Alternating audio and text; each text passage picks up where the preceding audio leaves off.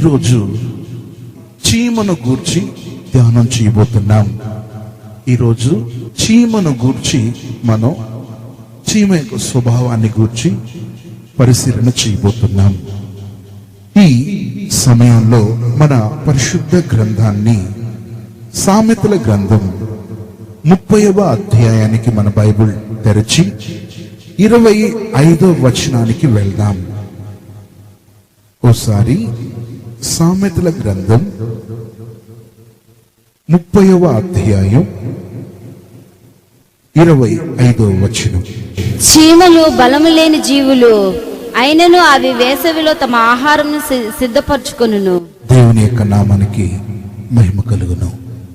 ప్రియమైన వాళ్ళారా, చీమలు బలము లేని జీవులు అయినను అవి వేసవిలో తమ ఆహారమును సిద్ధపరచుకొనును. దేవుని యొక్క నామానికి మహిమ కలుగును. ప్రియమైన వాళ్ళారా, ఈ 30వ అధ్యాయంలో పరమ జ్ఞాని చెప్పే సంగతులను గమనించినట్టయితే 24వ వాక్యాన్ని చదివితే అక్కడ భూమి మీద చిన్నవి 4 కలవంట, అయినను అవి మిక్కిలి జ్ఞానం కలిగినవి అని చెప్పి ఉంది. ఓసారి చూద్దాం.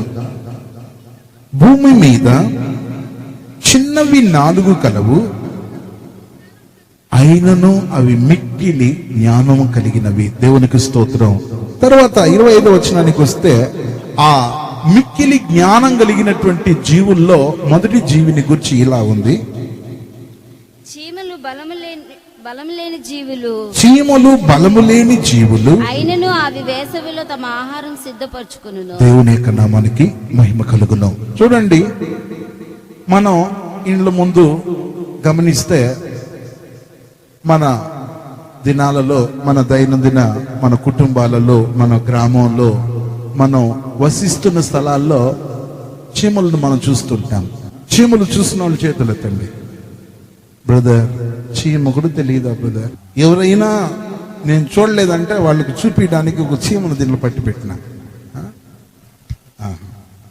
దీంట్లో ఒక చీమ ఉంది. సరే, మనం చూడటానికి చీమ చాలా అల్పమైంది. బైబుల్ ప్రకారంగా గమనించినట్టయితే ఈ వాక్యంలో మనం ఇక్కడ ఈ చెప్పబడుతున్నటువంటి ఈ మాటలో చీమలు బలము లేని జీవులు అయినను అవి వేసవిలో తమ కొరకు ఆహారాన్ని సిద్ధపరచుకుంటారు. నేను స్కూల్కి చదువుకునే రోజుల్లో ఒక పాఠ్య పుస్తకంలో ఒక పాఠం ఉండేది. ఆ పాఠం ఏంటో తెలుసా? ఇప్పటికీ నాకు గుర్తుంది. చీమలు చిన్నవి, కానీ చీమల యొక్క ప్రపంచం చాలా పెద్దది. చూడండి, ఈ చీమ చాలా చిన్నదే, కానీ చీమల ప్రపంచం మాత్రం చిన్నది కాదు. చీమ చాలా చిన్నది, కానీ చీమ యొక్క ప్రపంచం చాలా పెద్దది. నేను ఈ చీమను గురించి కొన్ని సంగతులను పరిశుద్ధాత్మని యొక్క వెలుగులో కొన్ని విషయాలను నేను మీ ముందు పెట్టాలని ఆశపడుతున్నాను. ప్రియమైన వాళ్ళారా, ఈ చీమలను గురించి చెప్పడానికి ముందు కాస్త ఈ గ్రంథం యొక్క ఉపోద్ఘాతాన్ని కాస్త చెప్పాలనుకుంటున్నాను. బైబిల్లో సామెతల గ్రంథం అనేది బహు విలువైనటువంటి ఓ గ్రంథం. సామెతల గ్రంథం అనేది బైబిల్లో ఒక విలువైనటువంటి గ్రంథంగా కనబడుతుంది. ఈ సామెతల గ్రంథంలో గమనించినట్టయితే మొత్తం 31 అధ్యాయాలు ఉన్నాయి. ఈ సామెతల గ్రంథంలో గమనిస్తే 31 అధ్యాయాలు ఉన్నాయి. ఈ సామెతల గ్రంథాన్ని రచించిన వ్యక్తి ఎవరు చెప్పగలరా? సామెతల గ్రంథాన్ని రచించింది ఎవరు చెప్పగలరా? బైబిల్ వాక్యం ప్రకారం గమనిస్తే పరమ జ్ఞాని అని చెప్పి చెప్పబడుతుంది సొలొమోను. సామెతల గ్రంథాన్ని రచించింది ఎవరంటే పరమ జ్ఞాని అయిన సొలొమోను. దేవునికి స్తోత్రం. ప్రియమైన వాళ్ళారా, దేవుని వాక్యంలో ఎలా అర్థమవుతుందంటే సామెతల గ్రంథం 1వ అధ్యాయం 1వ వాక్యానికి వెళ్తే అక్కడ ఈ రీతిగా చెప్పబడుతుంది. సామెతలు 1:1. దావీదు కుమారుడును ఇశ్రాయేలు రాజునైన సొలొమోను సామెతలు.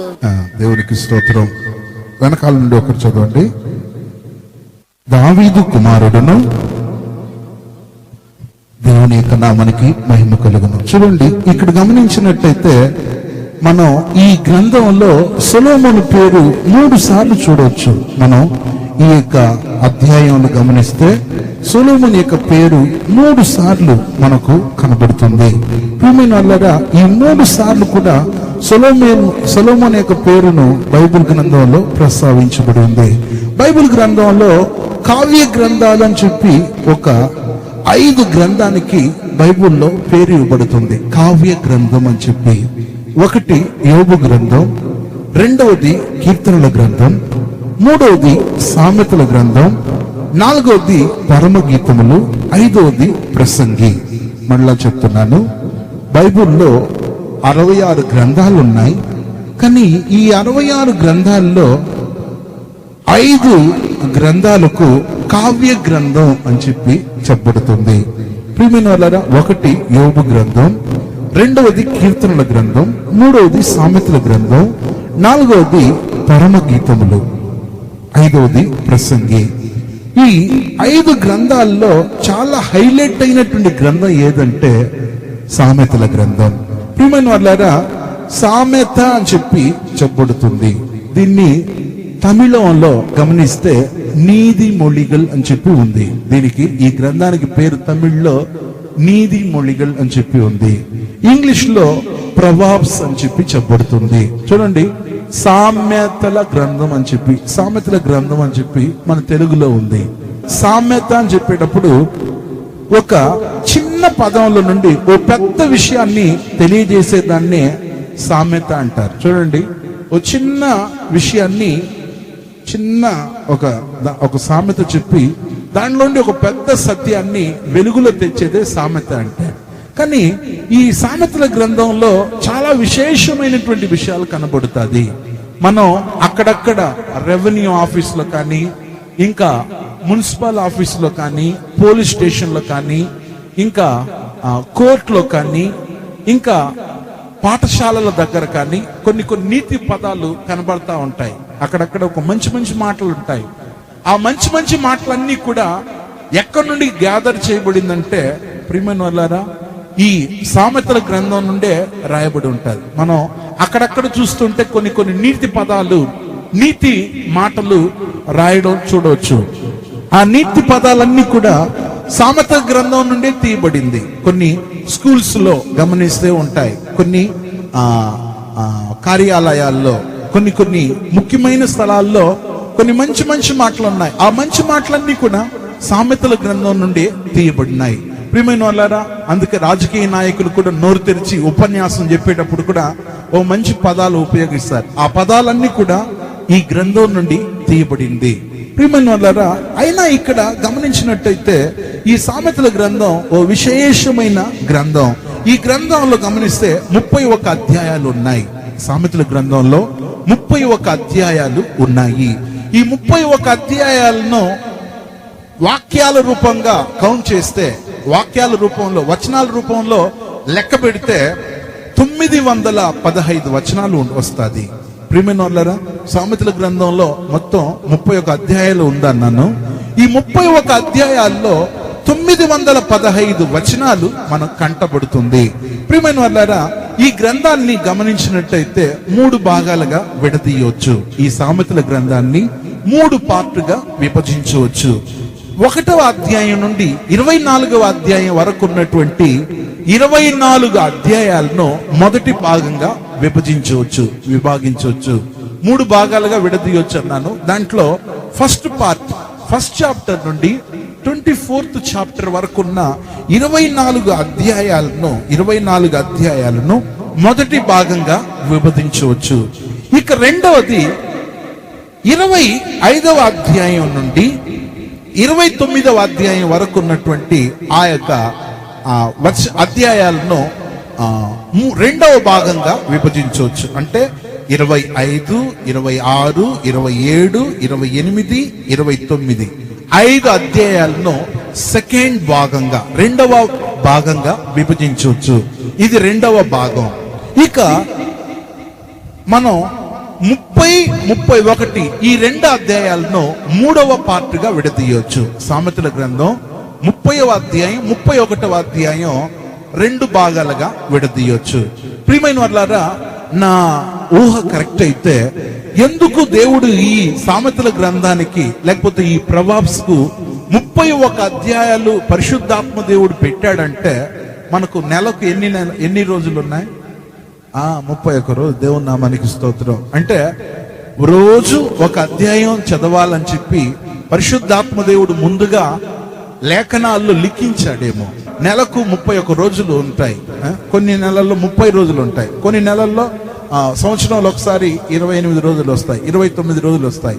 ఏది ఏమైనా ఒక వాస్తవం ఏంటంటే సామెతల గ్రంథం నుండి ఒక అధ్యాయాన్ని ఒక ఆత్మీయ దేవుని బిడ్డ, స్పిరిచువల్ గా ఉన్న వ్యక్తి ఒక అధ్యాయాన్ని చదివేటప్పుడు ఆ వ్యక్తికి కావలసిన ఆత్మీయ ఆలోచనలు ఈ గ్రంథంలో పొందుపరచబడి ఉన్నాయి.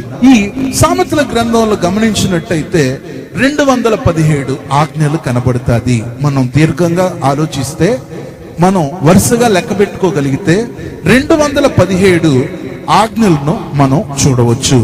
అంతేకాదు ఈ సామెతల గ్రంథంలో 120 వాగ్దానాలను మనం చూడవచ్చు. ఈ సామెతల గ్రంథంలో 120 ప్రామిస్, 120 వాగ్దానాలను చూడవచ్చు.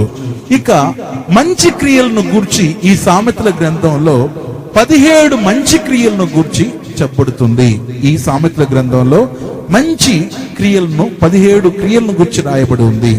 ఇంకా జీవిత రహస్యాలను గూర్చి 24 రహస్యాలకు సంబంధించిన విషయాలను ఈ సామెతల గ్రంథంలో చెప్పబడుతుంది. ఇంకా సోమరితనానికి కలిగేటువంటి పరవశం, సోమరితనానికి కలిగే నష్టాలు, 28 నష్టాలను గురించి ఇక్కడ ఈ సామెతల గ్రంథంలో చూడవచ్చు.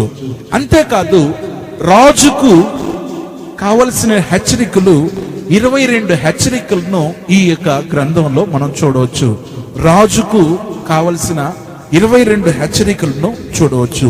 అంతేకాదు చెడ్డ కార్యాలు, 25 చెడ్డ కార్యాలను గురించి ఈ గ్రంథంలో పొందుపరచబడి ఉంది. ఇంకా మూఢత్వానికి సంబంధించిన 66 సంగతులను గురించి రాయబడి ఉంది. మూఢత్వానికి సంబంధించిన 66 విషయాలను గురించి చెప్పబడుతుంది. ఇలా మీరుగా ఇంట్రెస్ట్ గా వినడానికి మొదలు పెడితే దీని గురించి ఇంకా విశదీకరంగా ఇంకా ఒక్కొక్కటి వివరించగలను. కానీ మన విషయానికి మనం వెళ్దాం. ప్రియమైన వాళ్ళారా, చీమ అనేది గమనిస్తే చాలా అల్పమైంది. ఎందుకు అల్పమైందంటే మనం దారిలో వెళ్ళేటప్పుడు మనం ఏం చేస్తాం, తెలియకుండా కొన్ని చీమలను ఏం చేస్తాం, కాలు కింద తొక్కేస్తాం. కొన్ని చీమలు చచ్చిపోతా ఉంటాయి. కొన్ని మనల్ని కుట్టేటప్పుడు, మనల్ని కరిసేటప్పుడు దాన్ని నలిపేస్తా ఉంటాం. ప్రియమైన వాళ్ళారా, ఒక సత్యాన్ని మనం మర్చిపోకూడదు. చీమలు ఎందుకు అల్పమైన జీవి అని చెప్పి రాయబడిందంటే చూడండి, అవి అల్పమైంది. ఇంకో మాటలో చెప్పాలంటే బలం లేనివి. ఇంకో మాటలో చెప్పాలంటే అది ఈ లోకంలో బలం లేకుండా తన యొక్క జీవితంలో ఉంటున్న ఒక స్వల్పమైన ప్రాణి. కానీ ఈ చీమ దగ్గర గమనించినట్టయితే జ్ఞానం మాత్రం చాలా గొప్ప జ్ఞానం ఉంది. చూడండి, చాలా గొప్ప జ్ఞానం కనబడుతుంది. ప్రియమైన వాళ్ళారా, మనం కూడా ఈ చీమతో పోలిన వాళ్ళమే. మనం కూడా చీమతో పోలిన వాళ్ళం. మనల్ని ఎట్లా ఎవరితో కంపేర్ చేయవచ్చు, చీమతో కంపేర్ చేయవచ్చు. చూడండి, మనకు కూడా బలం లేని వాళ్ళం. మనకు బలం లేదు. ఏ బలం అని నేను చెప్పేది అంటే గుండె బలం గురించి, కండ బలం గురించి, లేకపోతే ధన బలం గురించి, లేకపోతే బంధు బలం గురించి చెప్పాలంటే మనకు కూడా బలం లేదు, బలం లేని వాళ్ళం. ఒక మాటలో చెప్పాలంటే ప్రియమైన వాళ్ళారా, ఈ చీమలు అల్పమైనవి. అల్పమైనదంటే స్వల్పమైనది. దీనికి గుర్రానికి ఉండే బలం లేకపోవచ్చు. గొప్ప గొప్ప జంతువులు ఉన్నాయి, గొప్ప గొప్ప ప్రాణులు ఉన్నాయి. వాటిని గురించి, వాటికంటే ఇది చాలా స్వల్పమైంది. మనం కాళ్ళతో తొక్కేటువంటి ఒక అల్పమైనటువంటి జీవి. అయినా అల్పంగా కనబడినా కానీ దీనికి ఉండేటువంటి జ్ఞానం మాత్రం చాలా గొప్ప జ్ఞానం. చూడండి, భూలోకంలో కూడా మనకంటే డబ్బులు ఉన్న వాళ్ళు ఎంతో మంది ఉన్నారు. కానీ ఈ రోజు వాళ్ళు దేవుని సన్నిధిలో ఉన్నారా? అన్నిట్లో ఆరితేరిన వాళ్ళు ఉన్నారు. ఈ రోజు ప్రభు సన్నిధిలో ఉన్నారా? లేరు. కానీ అల్పులము, అయోగ్యులమైనటువంటి మనం ఈరోజు ప్రభువు నమ్ముకొని, ప్రభువునే మన దేవుడుగా స్వీకరించి బాప్తిసం తీసుకొని ఆయన సన్నిధిలో మనం కనబడుతున్నాం. ప్రియమైన వాళ్ళారా, ఈ చీమ అల్పమైంది. చూడండి, అట్లే కదా మనం చదివాము. ఒకసారి చూద్దాం, మళ్ళీ ఆ మాటను చదువుగా విందాం. సామెతల గ్రంథం 30వ అధ్యాయం 25వ వాక్యం. చీమలు బలము లేని జీవులు. దేవునికి స్తోత్రం. నేను చెప్పే మాట కాదు, చూడండి, చీమలు బలము లేని జీవులు. మనకు కూడా గమనిస్తే బలం లేదు. మనకు గుండె బలం లేదు, కండ బలం లేదు, ధన బలం లేదు, బంధు బలం లేదు, ఎవరు లేదు. మనకు చెప్పాలంటే దిక్కు ముక్కు లేని వాళ్ళం మనం. అయినా ఈ చీమకు బలం లేకపోయినా దీనికి జ్ఞానం మాత్రం అమితంగా ఉంది. హల్లెలూయా, హల్లెలూయా. దాని గురించి రాయబడి ఉంది, మిక్కిలి జ్ఞానం కలిగినవే అని ఉంది. చూడండి, 25వ వచనం యొక్క ఆ యొక్క 24వ వచనం యొక్క చివర్లు గమనిస్తే అయినను అవి మిక్కిలి జ్ఞానం కలిగినవి అని చెప్పి ఉంది. అయినను అవి మిక్కిలి జ్ఞానం కలిగినవి. అయినను అవి మిక్కిలి జ్ఞానం కలిగినవి. మిక్కిలి జ్ఞానంగా ఉంది. వాటికి బలం లేదు, కానీ దానికి ఏముంది చెప్పండి? జ్ఞానం ఉంది. దేవునికి స్తోత్రం. ప్రియమైన వాళ్ళారా, నేను ఈ చీమను గురించి ధ్యానం చేసినప్పుడు నాకు 4 ప్రకటనలు ఈ చీమలో నుండి కనబడింది. ఇది బలం లేనిది, కానీ దీనికి జ్ఞానం ఉంది. ఆ జ్ఞానం ఏంటి? ఆ జ్ఞానం ఏంటి? మెడిటేషన్ చేద్దాం. చీమకు 4 విధములైనటువంటి జ్ఞానం ఉంది. రెఫర్ చేసుకోండి. ఫస్ట్, మొట్టమొదట గమనించినట్టయితే, ఇది తన యొక్క జీవితంలో ఈ చీమలో గమనించినట్టయితే, మనం దేవుని వాక్యం ప్రకారంగా ఆలోచన చేసినట్టయితే, ఇది మొట్టమొదట గమనిస్తున్నప్పుడు ఇది కాలాన్ని గుర్తిస్తుంది. ఫస్ట్, నంబర్ 1, మొట్టమొదట కాలాన్ని గుర్తిస్తుంది. నంబర్ 1. నంబర్ 2, కాలాన్ని సద్వినియోగం చేసుకుంటుంది. రెండవది, కాలాన్ని సద్వినియోగం చేసుకుంటుంది. ఇంకా మూడవది గమనించినట్టయితే, వేసవి కాలంలో తమ కొరకు ఆహారాన్ని సిద్ధపరచుకుంటుంది. నంబర్ 3, వేసవి కాలంలో తమ కొరకు ఆహారాన్ని సిద్ధపరచుకుంటుంది. నంబర్ 3. నంబర్ 4, వర్షాకాలాన్ని ఎదుర్కొంటుంది. 4వది, వర్షాకాలాన్ని ఎదుర్కొంటుంది. ఈ 4 సంగతుల గురించి ధ్యానం చేయబోతున్నాం. 1, చీమలో గమనించినట్టయితే ఫస్ట్ కాలాన్ని గుర్తిస్తుంది. 2వది, కాలాన్ని సద్వినియోగం చేసుకుంటుంది. 3వది, వేసవి కాలంలో తమ కొరకు ఆహారాన్ని సిద్ధపరచుకుంటుంది. 4వది, వర్షాకాలాన్ని ఎదుర్కొంటుంది. దేవుని నామానికి స్తోత్రం. ఈ 4 సంగతులు, ఈ 4 స్వభావాలు చీమలో కనబడుతుంది. ప్రియమైన వాళ్ళారా, ఈ ఒక్కొక్క విషయాన్ని మనం పరిశీలన చేద్దాం. ఒక్కొక్క దాన్ని గురించి మనం ధ్యానం చేద్దాం. ఫస్ట్ గమనించినట్టయితే, ఇది కాలాన్ని గుర్తిస్తుంది. చీమ కాలాన్ని గుర్తిస్తుంది. చూడండి, దేవుని నమ్మిన ప్రభు పిల్లలమైనటువంటి మనం కూడా ఏం చేయాలి తెలుసా? కాలాన్ని గుర్తించాల. కాలాన్ని ఏం చేయాలి? మనం గుర్తించాల. కాలాన్ని గుర్తించడం అంటే ఏంది? దేవునికి స్తోత్రం. కాలం అంటే ఏంది? కాలం అంటే ఏంది? చీమలకు ఒక కాలం తెలుసు. ఏంటి ఆ కాలం అంటే, అవి టైంను కరెక్ట్ గా గుర్తు పెట్టుకుంటారు. అంటే టైంను గుర్తు పెట్టుకుంటుంది అంటే, ఇప్పుడు వచ్చేసి అన్ని అనుకూలంగా ఉన్నాయి. ఇప్పుడు ఏం చేయాలి తెలుసా? ఇప్పుడు మనం ఆ యొక్క కాలాన్ని, ఇప్పుడు వర్షం లేదు, ఇప్పుడు వర్షం పడటం లేదు, ఒక కాలం వస్తుంది, అప్పుడు వర్షం వస్తుంది.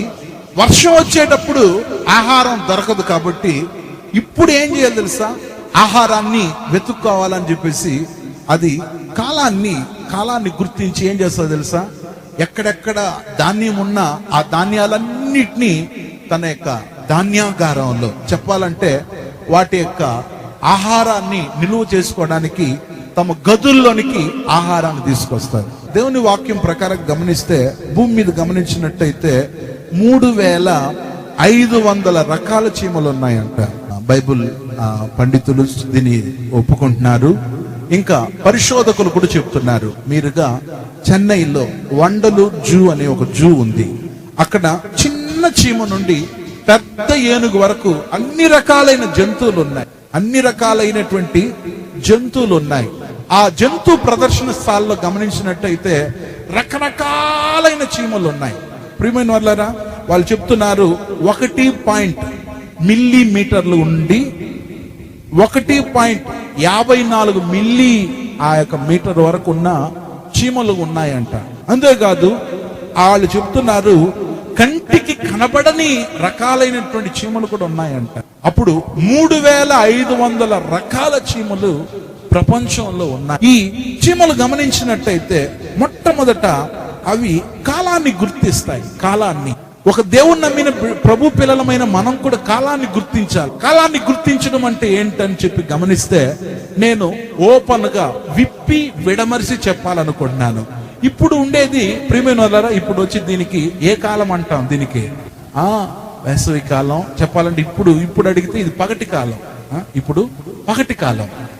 కానీ ఇప్పుడు 12 గంటలైంది. ఇప్పుడు కరెక్ట్ గా 12 అయింది. ఈ 12 గంటల మధ్యాహ్న సమయంలో మనం వాక్యాన్ని వింటున్నాం. రెఫర్ చేసుకోండి. ఇంకొక 6 గంటల సమయం పట్టింది అనుకో, ఇప్పుడు పగులు ఎక్కడ చూసినా వెలుతురుగా కనబడుతుంది. ఎట్లా ఉంది ఇప్పుడు? బయట చూస్తే చీకటిగా ఉంది. ఎట్లా ఉంది? వెలుతురుగా ఉంది. ఇంకొక 6 గంటల టైం అయిపోయింది అనుకోండి, చాలా వెలుతురు ఉంటుంది. అవునా? చెప్పండి. చీకటిగా చూడండి. అంటే ఒక వ్యక్తి యొక్క జీవితంలో కూడా చీమలాగా కాలాన్ని గుర్తెరగాల. చూడండి, సాయంకాలం 6 అయిపోతే చీకటి పడిపోద్ది. అప్పుడు ఏం చేయలేం.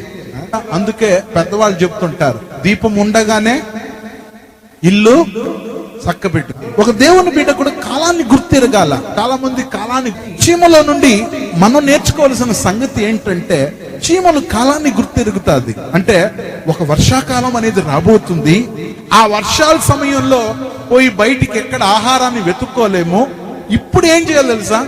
ఆహారాన్ని తీసుకెళ్లాలని. ఎక్కడైనా ఎప్పుడైనా చీమ ఒంటరిగా, లేకపోతే ఇంకో మాటలు చెప్పాలంటే అది పని బాట లేకుండా ఎక్కడ తిరగదు. ఒకవేళ మీరు ఏదైనా చీమ నాకు చూపించేటప్పుడు, బ్రదర్ ఈ చీమ చూడు బ్రదర్ ఖాళీగానే వెళ్తా ఉందని మీరు చెప్తే నేను దానికి ఎక్స్ప్లెయిన్ చేయగలను. తన గూట్లో తీసుకెళ్లి ఆహారాన్ని పెట్టేసైనా ఒకవేళ రిటర్న్ లో రావాల్సి ఉంటుంది తప్ప ఒట్టిగా ఉండదు. మనిషి అయినా సోమరిపోతుగా ఉండవచ్చు. మనం గమనిస్తే సోమరితనానికి గురి అవుతాం. నన్ను కూడా కలిపి చెప్తున్నా. ఏదైనా ఒక పని చేసుకోవాలనుకునేటప్పుడు ఏం చేస్తుంది తెలుసా? చేసుకుంటాను. అది మంచిది కాదు. ఒక వ్యక్తి యొక్క జీవితంలో కాలాన్ని గుర్తెరగాల. ఈ టైంలో నేను ఇది చెయ్యాలనుకోవాలా. నన్ను అడిగితే నాకేదైనా ఒక విషయం కొరకు ప్రేయర్ చేయమని చెప్పేస్తే ఇక నేను నిద్రపోను, దాని గురించి అనుకుంటాను. లేదా ఒకరు ఒక స్థలానికి రమ్మన్నారంటే ఆ పని అవ్వాలనే తీరులో ఉంటాను. ఒకసారి మన మైండ్ లో ఫిక్స్ అయిపోతే దాని కొరకు మనం ప్రాకులాడుతూ ఉండాలా. చాలా మంది తమ జీవితాల్లో కాలాన్ని గుర్తెరగరు. కాలాన్ని గుర్తెరగాల. ఇప్పుడు చేసుకోవాల్సిన అప్పుడు చేసుకోవాలా. కొంతమంది ఏం చేస్తారు తెలుసా? 2-3 జతలు మాసిపోయిన బట్టలు ఉండింది అనుకో, ఒకేసారి ఉతుకుతాలే అనుకుంటాం. అట్లా ఉండకూడదు. ఎప్పుడు పని అప్పుడు అయిపోవాలి. అదే చీమ యొక్క స్వభావం. తన జీవితంలో కాలాన్ని గుర్తిస్తుంది. టైం ఇప్పుడు కరెక్ట్ గా ఇప్పుడు పగులు. ఈ పగులు మనం చేసుకోవాల్సిన పనులు మనం చేసేసుకోవాలా. దీని గురించి యేసు ప్రభు ఏం చెప్పాడు తెలుసా? పగులున్నంత వరకే నన్ను పంపిన వాని క్రియలను మనం చేయించుండవలను, రాత్రి వచ్చుచున్నది అప్పుడు ఎవడునూ పని చేయలేడు అని చెప్పి యేసు ప్రభు అన్నారు. దీని గురించి యోహాను సువార్త 9వ అధ్యాయం 4వ వాక్యానికి వెళ్దాం. అక్కడ యేసు ప్రభు ఇలా అంటున్నాడు, పగులున్నంత వరకే నన్ను పంపిన వాని యొక్క క్రియలు మనం చేయించుండవలను, రాత్రి వచ్చుచున్నది అప్పుడు ఎవడునూ పని చేయలేడు అంటున్నాడు. ఓసారి చూద్దామా? యోహాను సువార్త 9:4. యోహాను సువార్త, పగులున్నంత వరకు నన్ను పంపిన వాని క్రియలు మనము చేయుచుండవలెను, రాత్రి వచ్చుచున్నది అప్పుడు ఎవడునో పని చేయలేడు. అంటే దీని అర్థం ఏంటంటే, మనం ఎప్పుడు చేసుకోవాల్సిన దాన్ని అప్పుడు చేసేసుకోవాలా. అప్పుడు చేసుకునేటప్పుడే అది ఆశీర్వాదం. ఒకవేళ మనం పాలుమారిగ్గా, ఒకవేళ మనం నిర్విచారంగా, అశ్రద్ధగా, నిర్లక్ష్యంగా మనం ఉండిపోయామనుకోండి, ఆ పని ఆగిపోతుంది. దేవుని నమ్మిన బిడ్డల యొక్క జీవితంలో ఆగకూడదు. చూడండి, చీమలు వెళ్ళేటప్పుడు అవి ఆహారాన్ని తమ యొక్క భుజం మీద మోసుకుంటూ వెళ్ళిపోతుంది. భుజం మీద మోసుకుంటూ వెళ్ళిపోద్ది. అందుకే బైబుల్లో సామెతల గ్రంథం 6వ అధ్యాయం 6వ వాక్యంలో, సోమరి చీమల యొద్దకు వెళ్ళి జ్ఞానాన్ని నేర్చుకో, లేకపోతే దాని నడత కనిపెట్టుకొని జ్ఞానం తెచ్చుకో అని చెప్పి సామెతలు 6:6లో రాయబడి ఉంది. ఒకసారి చూద్దాం. సామెతల గ్రంథం అందరూ తెరిచి చూడండి. సామెతల గ్రంథం 6:6. సోమరి చీమల యొద్దకు వెళ్ళుము, చీమల యొద్దకు వెళ్ళుము, వాటి నడతలు కనిపెట్టి వాటి నడతలు కనిపెట్టి జ్ఞానము తెచ్చుకొనుము. వాటికి న్యాయాధిపతి లేకున్నను,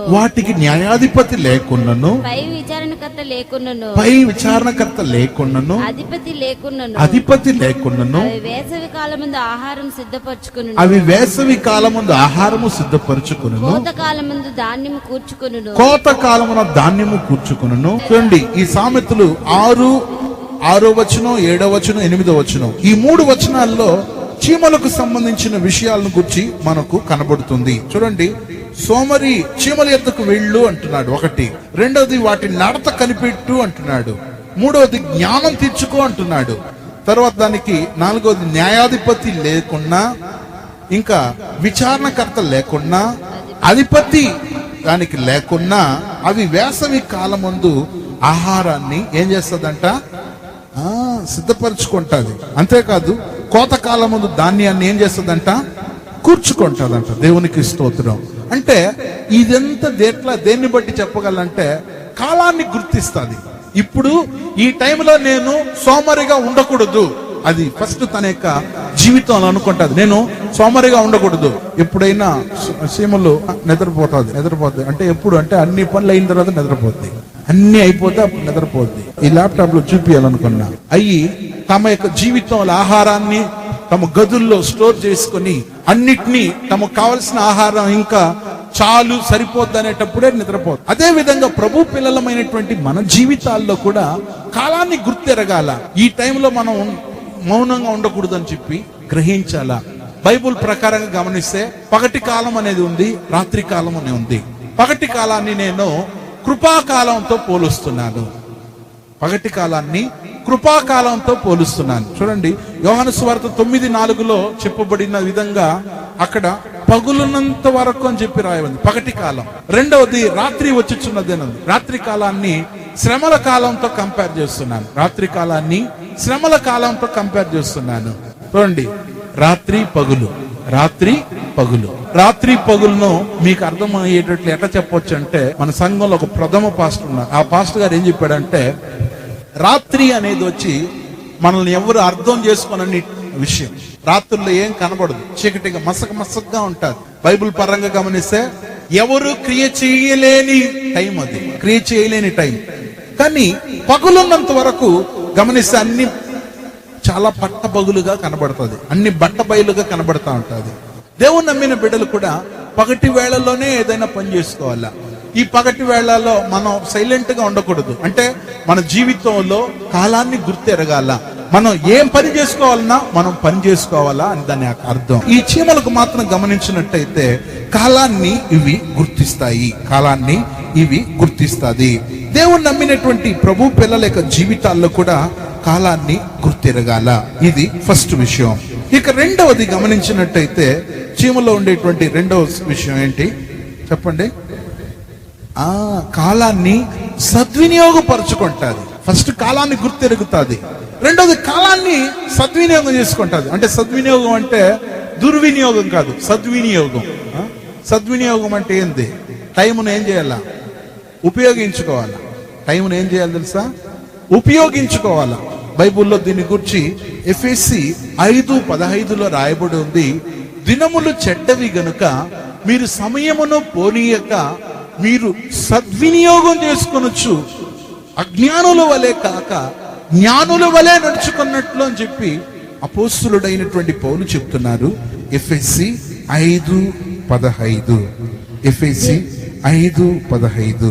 దినములు చెడ్డవి గనుక, దినములు చెడ్డవి గనుక మీరు సమయమును పోనీయక సద్వినియోగం చేసుకొనుము, సద్వినియోగము చేసుకొనుచు అజ్ఞానుల వలె కాక జ్ఞానుల వలె నడుచుకున్నట్లు జాగ్రత్తగా చూచుకొనుడి. మనం సమయాన్ని సద్వినియోగం చేసుకోవాలి. సమయాన్ని మనం దుర్వినియోగం చేస్తున్నాం, సద్వినియోగం చేసుకోవట్లేదు. చూడండి, దేవుడు ప్రతి మనిషికి 24 గంటల సమయాన్ని ఇస్తున్నాడు. ఈ 24 గంటల సమయంలో దేవునికి దశమ భాగం ఇవ్వాలి. ఎంత టైం ఇవ్వాలి చెప్పండి? దేవునికి టైం ఇవ్వాలి. ప్రార్థన చేసుకోవడానికి, స్తోత్రం చెప్పడానికి, ఇంట్లో ప్రార్థన చేసుకోవడానికి, దేవుణ్ణి పాడడానికి, దేవుని స్తుతించడానికి టైం ఉన్నా మనకు చాలదు. ఒక బిల్ క్లయింట్, ఒక ధనవంతుడు ఏం చెప్పాడు తెలుసా? ఓ దేవా, దేవుని చూసి ఇట్లా మొరపెడుతున్నాడు, ఓ దేవా, నాకు 24 గంటలు టైం ఇచ్చావు, కానీ ఆ 24 గంటల టైం నాకు చాలటం లేదు. 24 గంటల సమయం నాకు చాలటం లేదు, నాకు 48 గంటల సమయాన్ని ఇవ్వు నాయనా. నిజంగా చెప్తున్నాను. చూడండి, ఈరోజు మనిషి టైం చాలటం లేదు. చూడండి, భూమి మీద గమనిస్తే బాగా పనిచేసుకునే వాళ్ళకి అనుకోండి, సంపాదన సంపాదన సంపాదన సంపాదన సంపాదన. ఇంకొంచెం టైం ఉంటే ఇంకో డబ్బులు సంపాదించవచ్చు కొంతమంది.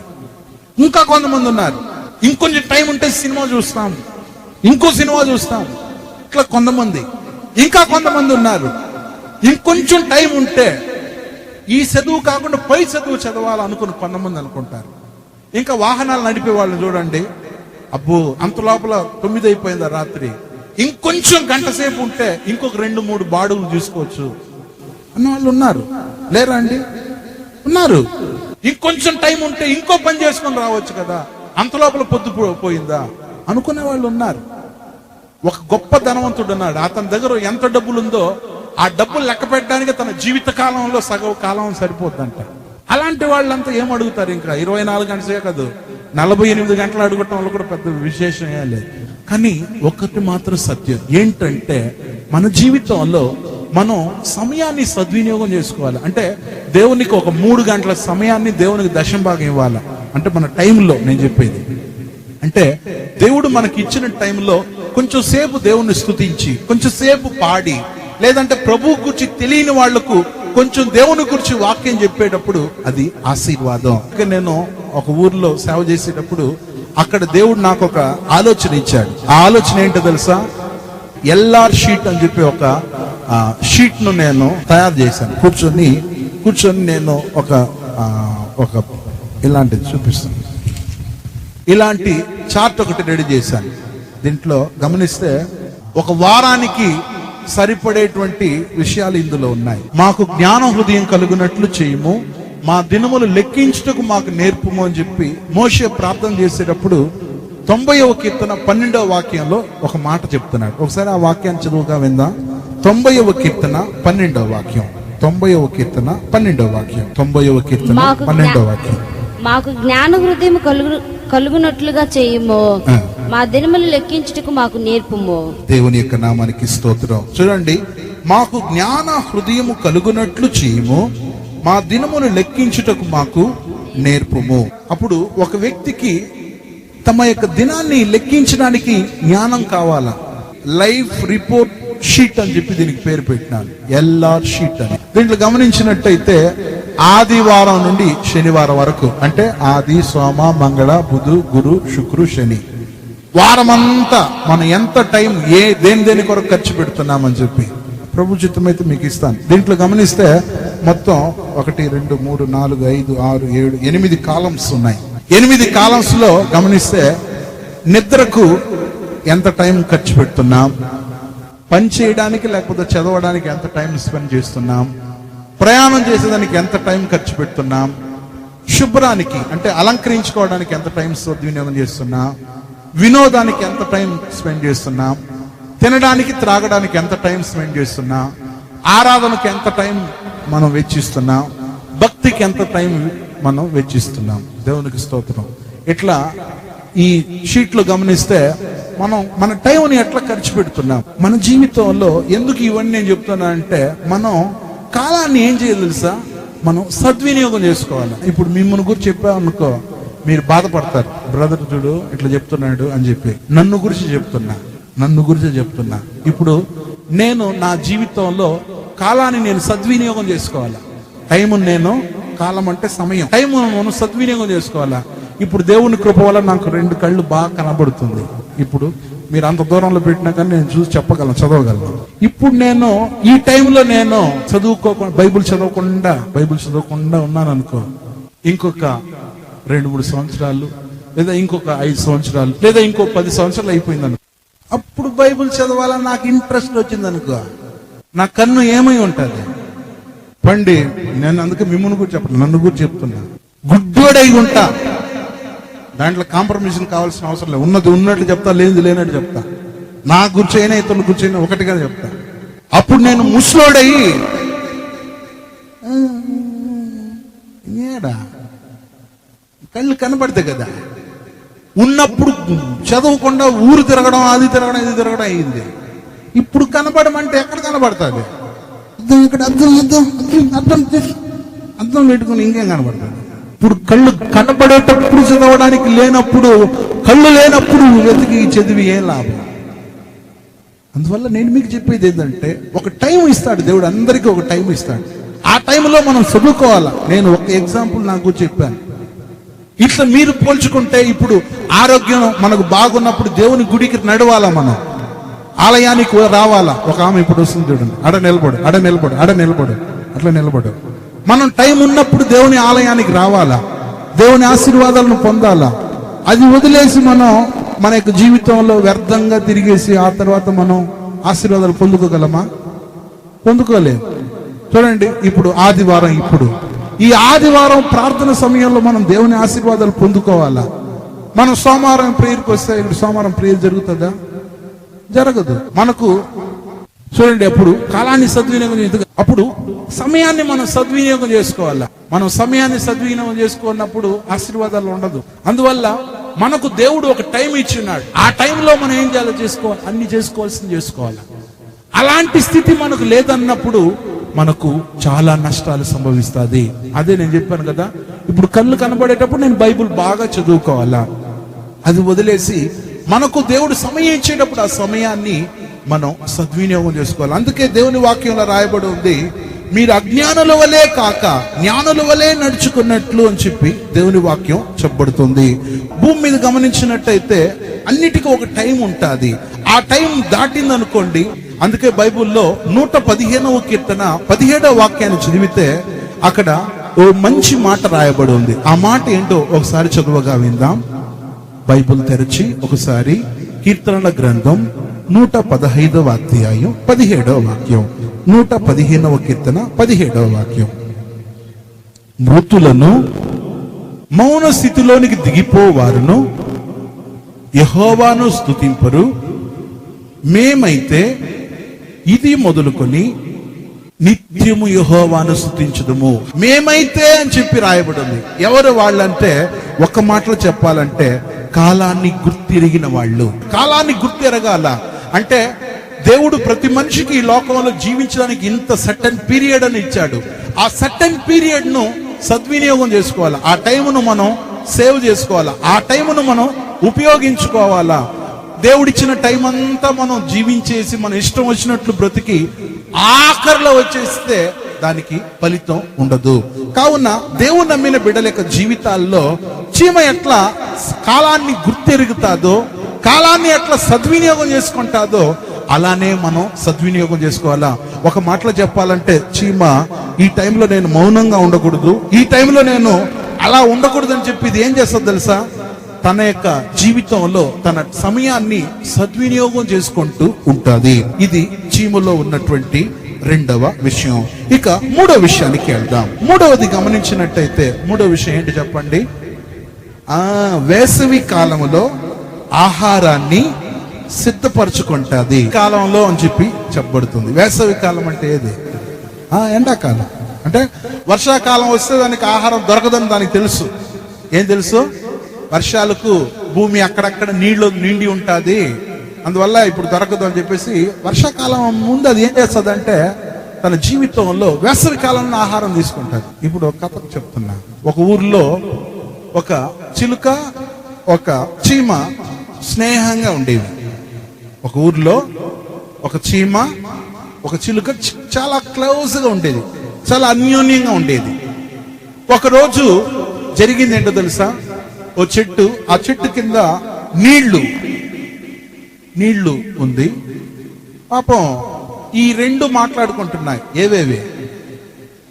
చిలక చీమ రెండు మాట్లాడుకుంటున్నప్పుడు పాపం ఈ చీమ కాలు జారి నీళ్ళలో పడిపోయింది. ఏం జారి పడిపోయింది? కాలు జారి నీళ్ళలో పడిపోయింది. ఈ చిలుక చూసిన, అయ్యో పాపం నీళ్ళలో పడిపోయిందే అని చెప్పేసి, అయ్యో నా ఫ్రెండ్కి పాపం ఇట్లాంటి పరిస్థితి వచ్చిందని చెప్పేసి ఈ చిలుక ఏం చేసింది తెలుసా, ఒక ఆకును తుంచి ఆ కింద పడిపోయా, కింద ఏముంది నీళ్లు, ఆ నీళ్లలో పడిపోయిన ఆ చీమకు సహాయంగా ఒక ఆకును తుంచి కింద వేసి, అప్పుడు ఈ చీమ ఆ ఆకు పైకి ఎక్కింది. గాలి వీస్తుండటం వలన ఆ నీళ్లు ఒడ్డుకు అలల్లాగా వచ్చి చివరికి తీసుకెళ్లిపోయింది. గట్టు ఉండింది, ఆ గట్టు మీద ఎక్కి మళ్ళా ఆ చీమ పైకి రావడం జరిగింది. అప్పుడు ఈ చీమ అనుకునింది, బా నాకు నా స్నేహితురాలైనటువంటి చిలుక సహాయం చేసింది, నేను కూడా దానికి ఏదో ఒక రకంగా సహాయం చేయాలా, ఎప్పటికైనా ఒకరోజు సహాయం చేయాలా. ఇప్పుడు నేను నీళ్ళలో మునిగి చచ్చిపోయి ఉంటాను, కానీ చావు బ్రతుకుల మధ్యలో నేను కొట్టు మిట్లాడుతున్నప్పుడు ఈ చిలుక నాకు సహాయం చేసింది, నేను ఎప్పటికైనా ఒకరోజు చిలుకకు సహాయం చేయాలని చెప్పేసి ఇది మనసులో అనుకునింది. ఇలా కొన్ని రోజులు గడిచింది. ఒక రోజు జరిగింది ఏంటో తెలుసా, ఒక వేటగాడు ఆ చిలుకను తన దగ్గర ఉన్న బాణంతో గురిపెట్టి కొట్టి చంపాలనుకునేసి ఏం చేశాడు తెలుసా, ఆ యొక్క గురిపెడుతున్న సమయంలో చీమ చూసింది, బో ఈ నా స్నేహితురాలను చంపేబోతున్నాడు ఈ వేటగాడు అని చెప్పేసి గురి చూసి బాణం వదిలిపోతున్న సమయంలో ఈ చీమ ఏం చేసింది సార్, ఆ వేటగాడిని ఒకసారి కుట్టింది, ఒకసారి కరిసింది. పెట్టుకొని ఉన్నాడు కదా, ఎప్పుడైతే అబ్బా అన్నాడు, ఇది ఆ చిలుక మీద తగలకుండా ఈ బాణం పక్కకు దూసిపోయింది, పక్కకు వెళ్ళిపోయింది గురి. అప్పుడు ఈ చీమకు చాలా సంతోషమే, అబ్బా నాకు ఆ రోజు ఆ ఆపదలో నుండి సహాయం చేసింది, ఈ రోజు నేను ఆపదలో ఉన్నప్పుడు దీనికి సహాయం చేస్తాను మనసులో అనుకుంటుంది. ఇది జరిగిందంతా ఈ చిలుక చూసింది, అబ్బా ఆ వేటగాడు నన్ను చంపేయబోతున్న సమయంలో నన్ను ఆదుకొనిందే అని చెప్పేసి ఈ యొక్క చిలుక చాలా ఆప్యాయంగా చాలా తన యొక్క చీమను మెచ్చుకోగలిగింది. నేను ఎందుకు చెప్తున్నానంటే చూడండి, ఇది తనకు సహాయం చేసింది, అది కూడా ఏం చేసింది, దీనికి సహాయం చేసింది. మనం కూడా అట్లా సహాయకులమై ఉండాల. మనం ఆపదలో ఉన్నప్పుడు మనల్ని ఆదుకున్న వాళ్ళను మనం మర్చిపోకూడదు అన్నది ఈ కథలో నీతి. సరే, చీమలో ఉన్నటువంటి మూడో విషయానికి వెళ్దాం. ఏంటి మూడవది? చీమ వేసవి కాలంలో ఆహారాన్ని ఏం చేస్తుంది, తమ కొరకు సిద్ధపరచుకుంటుంది. ఇక్కడే బాగా వినాలి మీరు. ఇక్కడ చీమ ఆహారం ఏంటి చెప్పండి? బియ్యం గింజ, ధాన్యం. ఒక మాటలో చెప్పాలంటే విత్తనం వచ్చి చీమకు ఆహారం. ఏంటి? విత్తనం వచ్చి చీమకు ఆహారం. ఈ విత్తనాన్ని బైబుల్ ఏం చెప్తుందంటే, విత్తనం అనేది లూకాసు వార్త 11వ అధ్యాయంలో రాయబడి ఉన్న ప్రకారం గమనించినట్టయితే దేవుని వాక్యం చెప్పబడుతుంది, విత్తనం దేవుని యొక్క వాక్యం అని చెప్పి దేవుని వాక్యంలో చదవచ్చు. ఓసారి ఆ మాటను దేవుని వాక్యంలో గమనించినట్టయితే 8వ అధ్యాయం లూకాసు వార్త 11వ వచనాన్ని చదివితే విత్తనం దేవుని వాక్యం అని చెప్పి ఉంది. ఓసారి చూద్దాం. లూకా 8:11. లూకా 8:11. ఈ ఉపమాన భావం ఏమనగా, విత్తనము దేవుని వాక్యము. చూడండి, విత్తనం వచ్చి దేవుని వాక్యం. చూడండి, విత్తనం వచ్చి దేవుని వాక్యం. ఇప్పుడు నేను మీకు చెప్తున్నా, విత్తనం వచ్చి ఏంటి? లూకా 8:11 ప్రకారంగా విత్తనం దేవుని వాక్యం. చీమలు ఏం చేస్తాయి? విత్తనాలన్నిటిని ఏం చేస్తుంది? తమ ఇంట్లో సంపాదించుకొని తీసుకెళ్లి దాచిపెట్టుకుంటారు. నేను మీకు ఏం చెప్తున్నానంటే, నన్ను కలిపి నేనేం చెప్తున్నానంటే, ఇప్పుడు మనకు ఒక అనుకూలమైన టైం ఇది. ఈ టైంలో మన వాక్యాన్ని వినాలా, వాక్యాన్ని దాసేసుకోవాలా, వాక్యాన్ని విన్న వాక్యాన్ని మనసులో పెట్టుకోవాలా. ఒక వాక్యం దొరకని ఒక కాలం రాబోతుంది. నేను అన్ని భాషలు లేకుండా ప్రవచనం చెప్తున్నాను. ఒక రోజు ఈ బైబుల్ వాక్యం కొరకు 1000 మంది కొట్లాడుకుంటారు. మీరు కావాలంటే రెఫర్ చేసుకోండి, నోట్ చేసుకోండి, రికార్డ్ చేసుకోండి. ఇప్పుడు రికార్డ్ అవుతుంది. ఈ ఒక్క బైబుల్ దగ్గర 1000 మంది కొట్లాడుకుంటూ నాకు తొక్కిసలాడ జరగబోతుంది. అంతేకాదు, ఈ బైబుల్ అంతా లేకుండా ఈ బైబుల్ అన్నిటిని అగ్నిలో కాల్చివేసే ఒక రోజు రాబోతుంది. ఒక రోజు వస్తుంది, ఒక్క బైబుల్ కూడా కంటికి లేకుండా అన్ని నిప్పులో కాల్చేయబోతున్నారు. ఎవరు ఏంది అని అడిగితే దాని గురించి వివరంగా ఒక రోజు వాక్యం చెప్తారు. అంత్యక్రీస్తు ఈ లోకంలో ఉన్న క్రైస్తవులందరినీ చిత్రవదన చేయబోతున్నాడు. వాక్యం చెప్పే వాళ్లే లేకుండా పోబోతున్నారు.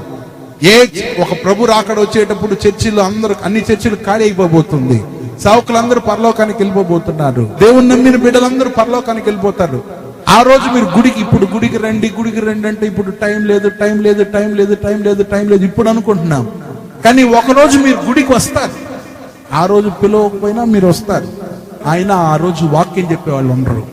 ఈరోజు బైబుల్ కొనుక్కోండి అంటే ఈరోజు మనం 100 రూపాయలు పెట్టి లేదా 200 రూపాయలు పెట్టి 500 రూపాయలు పెట్టి బైబిల్ ఇప్పుడు కొనుక్కోవచ్చు. ఒక రోజు వస్తుంది, మీరు గుర్తుపెట్టుకోండి. ఆ రోజు 10,000 రూపాయలు మీరు బైబిల్ కొనాలని డబ్బులు మీ దగ్గర ఉన్నా బైబిల్ కొనలేరు. నేనే చెప్తున్నా మీకు. చూడండి, మీరు ఏంది బ్రదర్ ఇట్లా చెప్తున్నారని అట్లా అనుకుంటున్నారు. ఒక బైబిల్ విలువ 10,000 మీరు పెట్టుకున్నా బైబిల్ కొనుక్కోలేరు. ఈరోజు 100 రూపాయలు 200 రూపాయలు అంటే బైబిల్ లేదు మన దగ్గర. బైబిల్ తీసుకొచ్చిన వాళ్ళందరూ చేతులు పైకెత్తండి. బైబిల్ తీసుకొని చూపించండి. బైబిల్ తీసుకొని చూపిస్తే కదా నాకు తెలిసింది. రైట్, చిన్న బైబిల్ తెచ్చుకున్నారు. చిన్న బైబిల్, పెద్ద బైబిల్ కొన్నారు. కానీ మనకు పెద్ద బైబిల్ ఉండాలి. ఈరోజు 200 రూపాయలు మనం బైబిల్ కొంటాంలే, 10,000 రూపాయలు అవుతుంది బైబిల్, అయినా దొరకదు. ఒక బైబిల్ కొరకు 1000 మంది పోట్లాడుకుంటుంటారు, నాకు అని. కానీ ఉండదు. ఎందుకంటే అన్ని బైబుల్ అగ్నితో ఆహుతి అయిపోతుంది. ప్రియమైన దేవుని బిడ్డ, ఈ మాట నేను సొంతంగా చెప్పేది కాదు. ఒక్క బైబుల్ ఉన్న దాని కొరకు ఎంత స్థలం పరిగెత్తారు తెలుసా ప్రజలు. ఒక దగ్గర బైబుల్ ఉందంటే అక్కడ ఎంత దూరం పోతారంటే, బైబుల్లో ఉంది, ఒక దిక్కు నుండి ఇంకో దిక్కు వరకు వెళ్తారంట. ఇంకో మాటలో మీకు ఓపెన్ గా చెప్తున్నా, ఒక సముద్రం నుండి ఇంకో సముద్రం, ఒక సముద్రం నుండి ఇంకో సముద్రం ఎంతనో తెలుసా? దానికి ఇన్ని మైళ్ళ దూరం అని చెప్పలేదు. ఒక సముద్రం నుండి ఇంకో సముద్రం, అంత దూరం మనుషులు దేని కొరకు వెళ్తారంట? బైబిల్ కోసం. ఇంకో మాటలు చెప్పాలంటే వాక్యం కోసం. పోనీ వాక్యం దొరుకుతుందా? దొరకదు. ఈరోజు మీరు ఏ సినిమా కావాలన్నా DVD దొరుకుతుంది, ఏ సినిమా పాటలు కావాలన్నా మీకు CD దొరుకుతుంది, ఏ సినిమా పాటలు కావాలన్నా ఈరోజు మెమరీ కార్డులు ఉంటాయి. కానీ వాక్యం దొరకదు. ఆ రోజు వాక్యం కొరకు మనం తహతహలాడినా దొరకదు. దానికి బైబుల్ ఏం పేరుస్తుందంటే క్షామకాలం అని చెప్పి ఉంది, అంటే కరువు కాలం అని చెప్పబడుతుంది. చూడండి, బైబుల్లో ఆమోసు గ్రంథం 8వ అధ్యాయం 12వ వాక్యం. ఆమోసు గ్రంథం 8వ అధ్యాయం 12వ వాక్యం. కాబట్టి జనులు యెహోవా మాట వెదుకుటకై, వినండి, యెహోవా మాట వెదుకుటకై ఈ సముద్రం నుండి ఆ సముద్రం వరకును, చూసారా, ఒక సముద్రం నుండి ఇంకో సముద్రం వరకు, ఉత్తర దిక్కు నుండి తూర్పు దిక్కు వరకును, ఉత్తర దిక్కు నుండి తూర్పు దిక్కు వరకును సంచరించుదురు గాని అది వారికి దొరకదు. ఏది వాళ్ళకు దొరకదంట? వాక్యం దొరకదు. దేవునికి స్తోత్రం. చూడండి, మళ్ళా ఒకసారి చదువుగా వినిపిస్తున్నా. ఒకసారి 12వ వాక్యం. కాబట్టి జనులు యెహోవా మాట వెదుకుటకై ఈ సముద్రము నుండి ఆ సముద్రం వరకును ఉత్తర దిక్కు నుండి తూర్పు దిక్కు వరకును సంచరించుదురు గాని అది వారికి దొరకదు. దేవునికి స్తోత్రం. చూడండి, 11వ వాక్యాన్ని చదివితే, రాబో దినముల యందు రాబో దినములందు దేశములో నేను క్షామము పుట్టింతును అది అన్నపానము లేకపోవుట చేత కలుగు క్షామము కాక యెహోవా మాటను వినకపోవుట వలన కలుగు క్షామముగా ఉండును. దేవునికి స్తోత్రం. ఒక కరువు వస్తదంట. అన్నం నీళ్లు లేకుండా ఉండే కరువు కాదు. అది ఏ కరువు అంటే వాక్యం దొరకని కరువు, వాక్యం లేని కరువు. ఆ రోజు చర్చిల్లో సేవకులు ఉండరు, ఆ రోజు వాక్యాన్ని ప్రబోధించే వాళ్ళు ఉండరు. ఏ టీవీలో ఇప్పుడు వాక్యం వస్తున్నాయి, ఏ రేడియో తిప్పినా వాక్యం వస్తా ఉంది. కానీ ప్రియమైన వాళ్ళరా, ఒక సత్యం, టీవీ ఆన్ చేస్తే ఒకప్పుడు వాక్యం రాదు, రేడియో ఆన్ చేస్తే వాక్యం రాదు.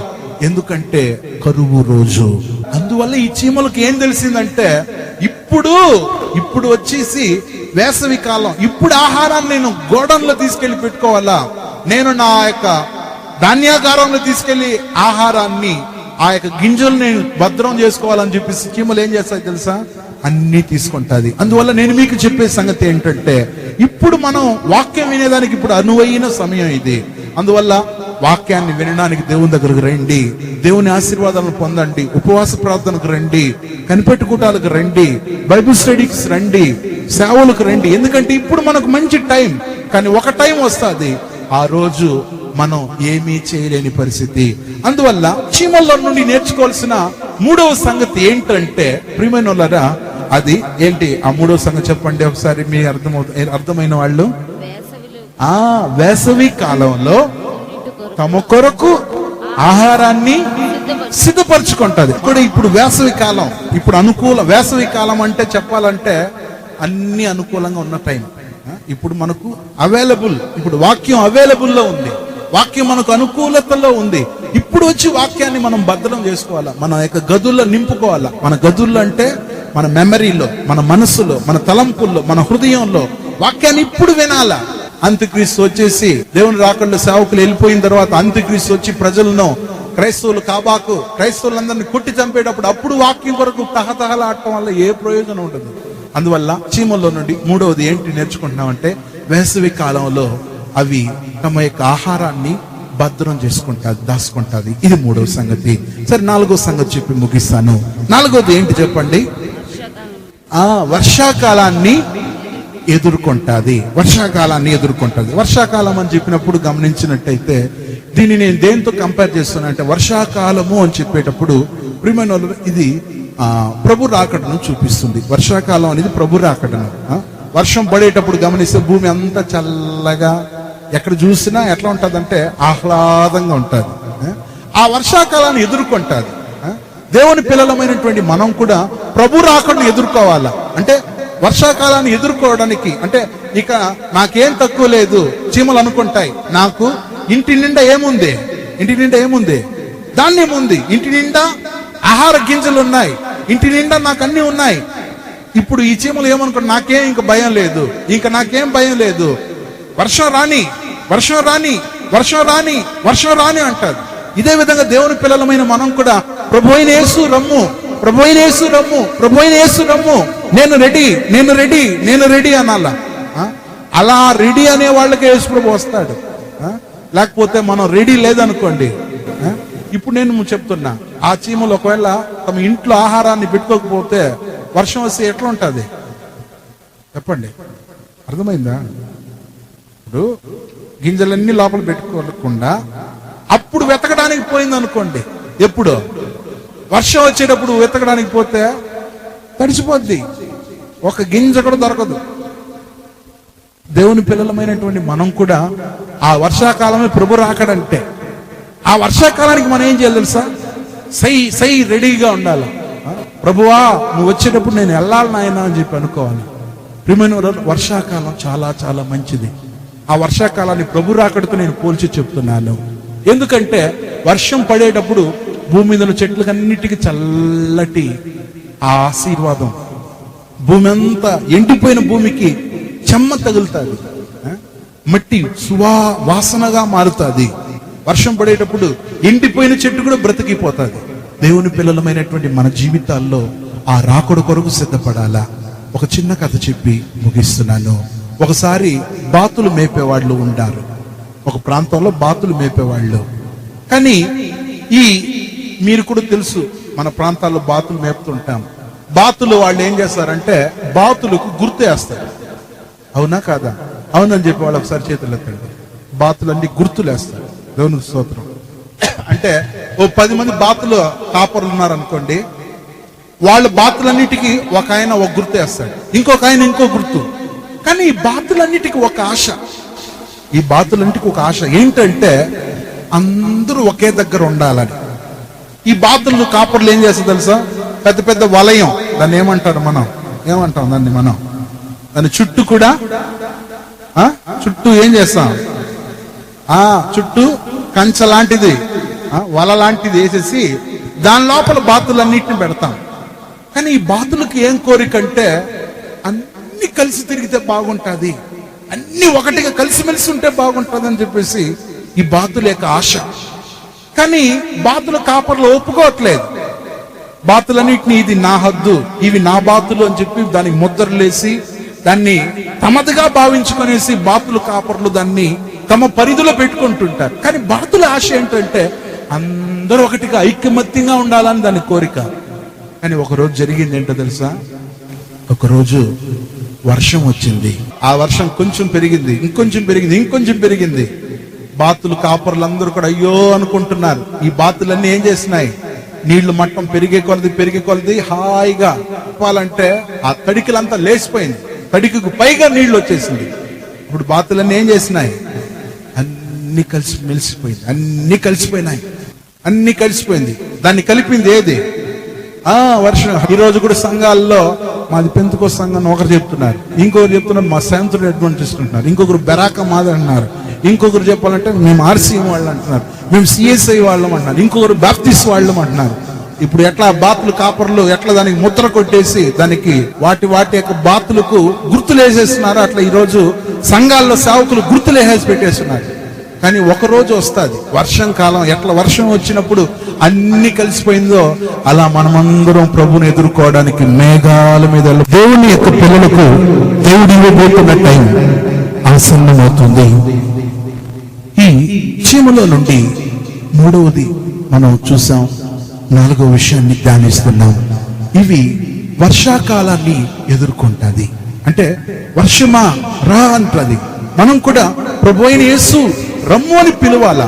చూడండి, బైబిల్లో ఆ మాటను గురించి ప్రకటన గ్రంథంలో మనం చదివేటప్పుడు అపోస్తులుడైనటువంటి యోహాను ప్రభువును చూచి ఏమంటున్నాడో ఒకసారి చూద్దామా? 20వ వాక్యం, ప్రకటన గ్రంథం 20వ వచనం, 22:20 రెవల్యూషన్ 22:20. ఈ సంగతుల గురించి సాక్ష్యం ఇచ్చుచున్నవాడు, ఈ సంగతులను గురించి సాక్ష్యం ఇచ్చుచున్నవాడు, అవును త్వరగా వచ్చుచున్నానని చెప్పుచున్నాడు. అవును త్వరగా వచ్చుచున్నాను అని చెప్పుచున్నాడు. ఆమేన్. ఆమేన్. ప్రభువైన యేసు రమ్ము. ప్రభువైన యేసు రమ్ము. దేవునికి స్తోత్రం. ఆ మాట వింటున్న మనం కూడా రమ్ము అని చెప్పాలా. దేవునికి స్తోత్రం. ఒకసారి చెప్తామా? ప్రభువైన యేసు రమ్ము అని చెప్పండి, చెప్దాం. రమ్ము.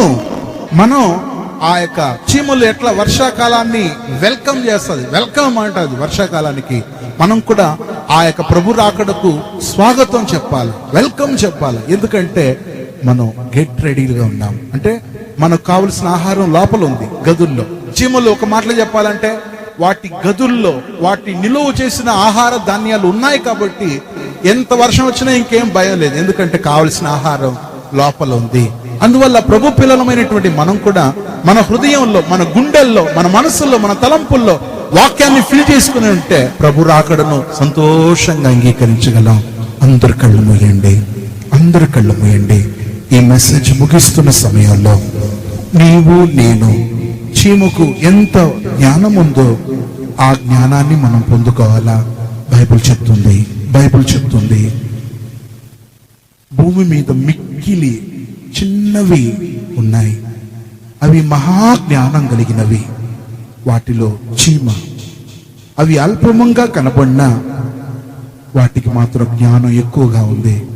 నీవు విద్య లేని దానవై ఉండవచ్చు, అయినా నీ దేవుడు నీకు మంచి జ్ఞానాన్ని ఇచ్చాడు. ఆ జ్ఞానం ఈ చీమలో నుండి ఈ రోజు దేవుడు మనకు బయలుపరుస్తున్నాడు. చీమల్లో గమనిస్తే ఫస్ట్ కాలాన్ని గుర్తిస్తుంది, రెండవది కాలాన్ని సద్వినియోగం చేసుకుంటుంది, మూడవది వేసవి కాలంలో తన ఆహారాన్ని సిద్ధపరచుకుంటుంది, నాలుగవది వర్షాకాలాన్ని ఎదుర్కోవడానికి సిద్ధపడుతుంది. ఈ 4 అనుభవాలు ఎట్లా చీమ కలిగి ఉందో అదే విధంగా నీవు నేను కలిగి ఉందామా? ఈ పాట పాడుతున్నప్పుడు ప్రభు సన్నిధిలో మనల్ని మనమే సమర్పించుకొని, ప్రభువా నేను నీ రాకడను